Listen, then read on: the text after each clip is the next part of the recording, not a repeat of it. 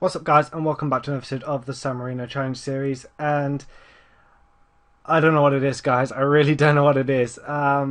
Maybe it's just bad luck, but my computer or my laptop, whatever you want to call it, this save Football Manager as a whole just seems to absolutely hate me at the moment.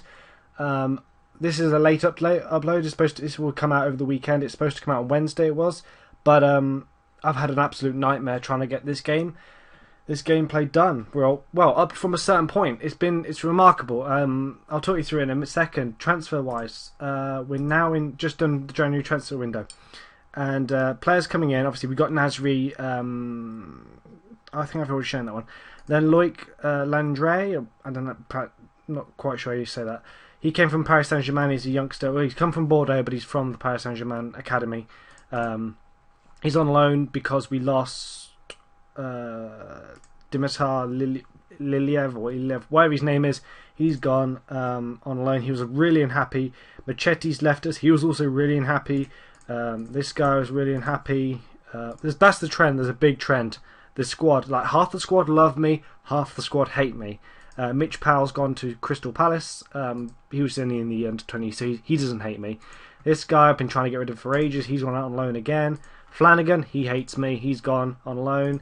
Ranella, he also hated me. He's been sold to Torino. Players coming in low. We've got Landre. Then Luke de Jong. I mean, wow, what a player to sign. Luke bloody de Jong, a guy who was just an animal at 20. Then went to Gladbach and clearly continued his fantastic goal record. So hopefully he can do that in his brief spell with us. Roman Bezus, Ukrainian. Just look at those stats for attacking midfielder, stroke striker. Fantastic player. Look at his record. It just speaks for itself. And then I got just a left back. Never really heard of Jacob Ahalaman, whatever. Danish left back. Just because we're actually suffering some injuries at the moment. Carlos and Ludovic David are injured, and they're for a few months or weeks, so I needed cover. With regards to fixtures, things have gone really well, and then really bad at the same time, but because we're just super duper inconsistent. I believe I showed the 9-1 demolition of Guimarães in the previous episode, right at the end of it. Then we went on a lovely losing streak. We lost to Sampdoria, Juventus and Shakhtar. 3 games, okay, fair enough, whatever. I'd expect us to lose those. Our group, by the way, Shakhtar Donetsk, Fenerbahce, Sparta Prague, and wait, anybody else? Fenerbahce, Shakhtar, Sparta, myself. Right? Yeah. Thought I was losing my mind then. And we lost. Yeah, so it's a really difficult group. Shakhtar, fantastic team. Fenerbahce, fantastic team. Sparta, better than us.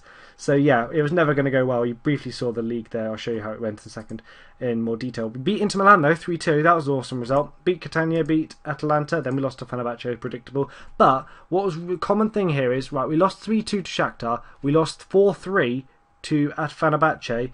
Sparta's maybe not quite the trend, but we lost 3-1 there. But 2 really close games. Then we beat Sparta, by the way.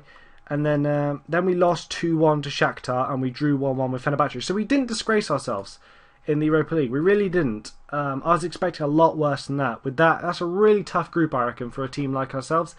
So to lose narrowly and score as many goals as we did was really impressive. That's a positive I'm taking from that, I think. And also the way it didn't affect our league form too much. As you see here, we're in 7th at the moment. Because look, there's just literally there's a couple of draws there, but generally we've only drawn twice this season. We either win or we lose. It's very inconsistent. It's consistently inconsistent, is the way we play. But I've had a nightmare from this point, from the AC Milan game. I played pretty much since the last time, the end of last episode, when I did the brief update. I played pretty much all that period, maybe in one go or maybe 2 goes. But then I stopped and I saved it, and I thought, I'm going to play some QPR Series, messed about on another save, whatever. And then the other day I thought, right, I've got to record Wednesday's episode, so I'm going to play. So I started this AC Milan game. Then I played all this period, all the way up to the Juventus game. Then my laptop crashed and died. So I had to charge because its battery, as I've always said to you, its battery is appalling now. I forgot, and because I was charging it, then I moved, and then where it wasn't charged, and I forgot to charge it, and then my laptop died. Literally, as I got to the Juventus game before I saved it, or round about that point. So yeah, I was pissed. So I lost that whole period. It took me 4 hours. 4 hours to play. I know this because then the next time I did pretty much exactly the same thing. Right, to tell you how inconsistent we are, the AC Milan game I played the first time, we lost. Then I had to do it all again, obviously, when I motivated myself to play it again. Played the whole thing, got to about the Napoli game, and maybe it was just after the Napoli game. It was about 3.5 hours to 4 hours I was playing. It took me like, okay, I was doing something else. I wasn't playing like crazy at this. I was doing other stuff at the same time, but it took me about 3.5 hours. Then FM crashed. Then the game completely went, and I was like, literally, I was just screaming my head off, like, why didn't it save? Because it's set to save. It might have been just before the Napoli, in between the Napoli and Palermo game, I think it was, because it's set to save every month. I did because after it died because of my battery, I set it to save every month, and then it didn't save because obviously that's the second, and it didn't save on the month because it didn't hit the month. So yeah, I lost that again. So that's about 7 hours plus of playing just that from AC Milan to there. So I've got the window open because if you can hear that, some stupid cars trying to pass. So it took 7 hours to do that period, right? And then, so finally, because it drove me to the point I didn't even want to play the game. I didn't even want to play. I didn't want to touch FM. If you follow me on Twitter, you probably saw I had a quick rant about how the game crashed. But then I motivated myself again, did it all the other night. Finally played. I was literally saving like every few games. I was like, in case something crazy happens, because it just seems this period just seems to be awful. And just to tell you how inconsistent we are, as I said, the AC Milan game we played it 3 times now. I've won. This is the first time I've won it. Shakhtar, I've always lost that game. Genoa, I beat Genoa 4-0 the first time I did it. I drew, it went into extra time the second time I did it. And I think we won on penalties. And then this time, we lost. Right? Then Spezia, I think I lost them before, drew with them, and now I've beaten them. Fenerbahce beat me twice, and I've drawn with them. Napoli beat me twice, and I've drawn with them. And then I can't remember what happened the first time I played that because I never hit this second time, whatever it was. Yeah, then we went on a lovely run and lost 3 games on the bounce. Ascoli are a fantastic team. Then we beat Lazio, beat Sampdoria, so we paid them, and now we're playing Juventus today. But all that means, after that quick, very long-winded way of describing what happened, just so you know why it's not been out the episode, just to let you know. It's because I've not been able to get it out. We're in 7th, which is really good actually, because we're really close to Champions League. I mean, 41 points, we're on 37, so what, 4 points? 4 points of a Champions League spot. And we're now out Europe, so we can focus a bit more, because obviously I've had to rotate the team a lot, because of the added fixture build-up. I can't remember off the top of my head if we're in the Cup anymore. No, we lost to Genoa, didn't we? So of course we're not in the Cup. But we're going to get our ass handed to us today. That's predictable. This is Juventus after all. So, you know, I'm expecting annihilation of us by them, because that's just how it goes these days. Now, interesting news is Norwich want me. They offered me the job. I actually saved it as a note. If I remember, I've got it written down, but if I remember to look again at my notebook, I've got a note of that job offer. From Norwich, obviously Tycoon owned, so I was really tempted, but I was like, no, I'm doing the San Marino Challenge, can't do it, reject. But it's just nice to see they want me. Premier League club, Tycoon owned, as I said. Another trend is obviously very unhappy players, as I mentioned, so literally half the squad hate me, half the squad love me. I tried to get rid of as many as you saw in the sales, and, well, loans, whatever. I tried to get as many of the unhappy campers out the club as possible, because it was starting to affect morale a little bit, because they were complaining to one another. We're very inconsistent. I've literally got a note, because I'm doing 6 months and I can't remember everything happens. I write down. I'll do it for the QPR actually. We're going to go 1-0 down. There we go. We're going 1-0 down. That's predictable. No, I always write down what bullet points, what's happened, sort of thing. Some of it is literally, some of what I write is just a word, like shit or something like that, and then I've got to try and remember what I meant by that. Usually it's the San Marino and how bad the San Marino team are. Paco scored though. We're now 2-0 down. This is going quite nice. No, it's not. It's been disallowed. Yeah, usually when I write down abuse, it's usually on the San Marino, to do with the San Marino national team, which reminds me I need to show that. But not a lot has happened actually, because I've been really trying to avoid playing games, because I'm now at the point, as I've said before, I'm just not interested, because it's just a complete joke how bad they are, and it's just not getting any better, and I can't see it getting any better with the national team. It's at the point where I don't even want the job, but I've got to keep it, because if I resign, for example, I might not get the job back, and I need the job for the San Marino challenge. But at the moment it's not really a challenge, it's just, well, it's a joke. But what else have I written down?